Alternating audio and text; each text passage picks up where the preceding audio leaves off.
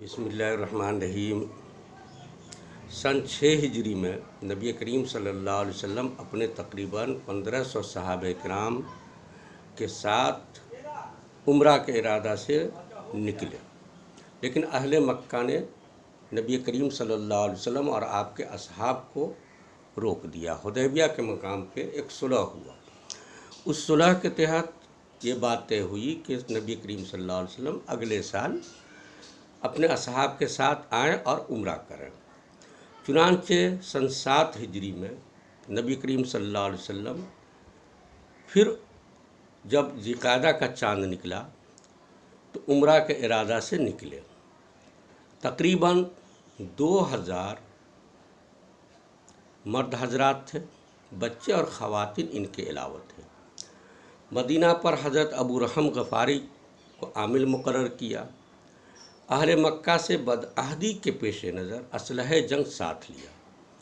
مقام ذو الحلیفہ پر پہنچ کر نبی کریم صلی اللہ علیہ وسلم اور آپ کے اصحاب نے احرام باندھا اور گھوڑوں کو محمد ابن مسلمہ کے سپرد کیا اور ہتھیار بشیر ابن سعد کو، اور دونوں کو پہلے آگے بھیجا۔ پھر نبی کریم صلی اللہ علیہ وسلم صحابہ کرام کے ساتھ آگے بڑھے۔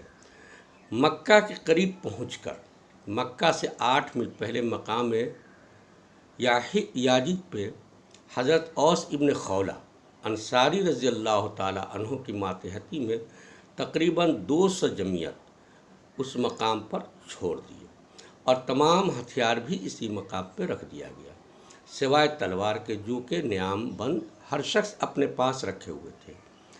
قربانی کے تقریباً 70 اونٹ ساتھ میں تھے، جس کی نگرانی پر حضرت ناجیہ ابن جندب اسلمی مقرر ہوئے۔ نبی کریم صلی اللہ علیہ وسلم اس شان سے مکہ میں داخل ہوئے کہ داخلے کے وقت آپ صلی اللہ علیہ وسلم قصوہ نامی اونٹنی پر سوار تھے۔ انصار اور مہاجرین دائیں بائیں تلواریں حمال کیے ہوئے لبیک اللہم لبیک کی صدائیں بلند کر رہے تھے اور کچھ رضیہ کلام پڑھ رہے تھے اور پڑھا رہے تھے حضرت عبداللہ ابن رواحہ۔ اس پر حضرت عمر فاروق رضی اللہ تعالی عنہ نے ان کو ٹوکا تو نبی کریم صلی اللہ علیہ وسلم نے ان رضیہ کلام کے بارے میں کہا کہ ان کو پڑھنے دو، یہ اہل مکہ کے لیے تیر کی طرح ہے۔ اس طرح آپ مکہ میں داخل ہوئے، بیت اللہ کا آپ نے طواف کیا، سعی بین الصفا والمروہ کیا، صحابہ کرام کو حکم دیا کہ مونڈوں کو کھول دو اور پھیل کر طواف کرو، یعنی پہلے 3 شوط میں رمل کرو تاکہ اہل مکہ پر واضح ہو جائے کہ مسلمان مدینہ جا کر کمزور نہیں ہوئے ہیں۔ اس لیے کہ اہل مکہ نے یہ افواہ اڑا دیا تھا کہ مسلمان مدینہ جا کر کے کم غذائیت اور بخار کی وجہ سے کمزور پڑ گئے ہیں۔ تو یہ مکہ والوں پہ واضح کرنا تھا کہ مسلمان کمزور نہیں ہیں۔ پیارے نبی کریم صلی اللہ علیہ وسلم نے لکڑی کے ایک ٹکڑے سے جس کا نام محجن تھا آپ نے استلام کیا۔ طواف اور سعی کے بعد آپ نے قربان گاہ میں جا کر کے قربانیاں دیں اور سر مڑوایا۔ صحابہ کرام رضوان اللہ تعالی اجمعین نے بھی ایسا ہی کیا۔ پھر آپ نے ان حضرات کو مقام یاجج سے بلوایا تاکہ وہ بھی عمرہ کر لیں، جو ہتھیار کی حفاظت پر مامور تھے اور اسلحہ کی حفاظت کے لیے دوسرے صحابہ کرام کو بھیج دیا جو عمرہ سے فارغ ہو چکے تھے۔ یہ تمام تر نظارہ اہل مکہ قان پہاڑ پر بیٹھ کر کے دیکھ رہے تھے جو کعبہ کے اتر جانب ہے، مگر سرداران قریش اور رؤوسہ مکہ کو یہ حالات اور یہ صورتحال پسند نہ تھی، اس لیے وہ حالات کے بدلتے ہوئے رخ کا سامنا کرنے کے بجائے مکہ سے باہر چلے گئے۔ 3 دن تک نبی کریم صلی اللہ علیہ وسلم مکہ میں رہے اور آپ نے حضرت میمونہ بنت الحارث عامریہ سے نکاح کیا۔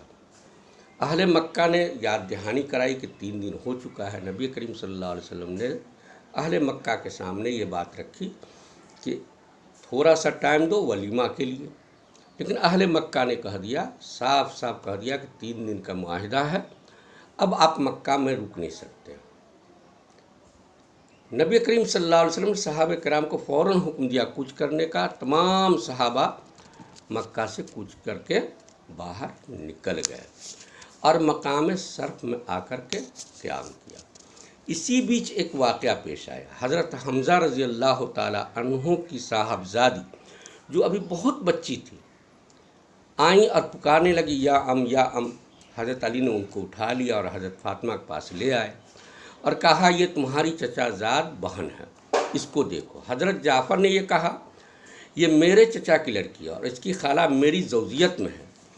اس پر حضرت زید ابن حارثہ رضی اللہ تعالی عنہ نے کہا یہ میرے بھائی کی لڑکی ہے. اس لیے کہ مہاجرین کے درمیان نبی کریم صلی اللہ علیہ وسلم نے جب مواخات کرائی تھی تو حضرت زید حضرت حمزہ دونوں کے بیچ میں نبی کریم صلی اللہ علیہ وسلم نے مواخات قائم کی تھی. یہ قضیہ نبی کریم صلی اللہ علیہ وسلم کے پاس پہنچا. حضرت صلی اللہ علیہ وسلم نے فرمایا خالہ بمنزل ماں کے، اس لیے یہ بچی خالہ کو سپرد کی جائے.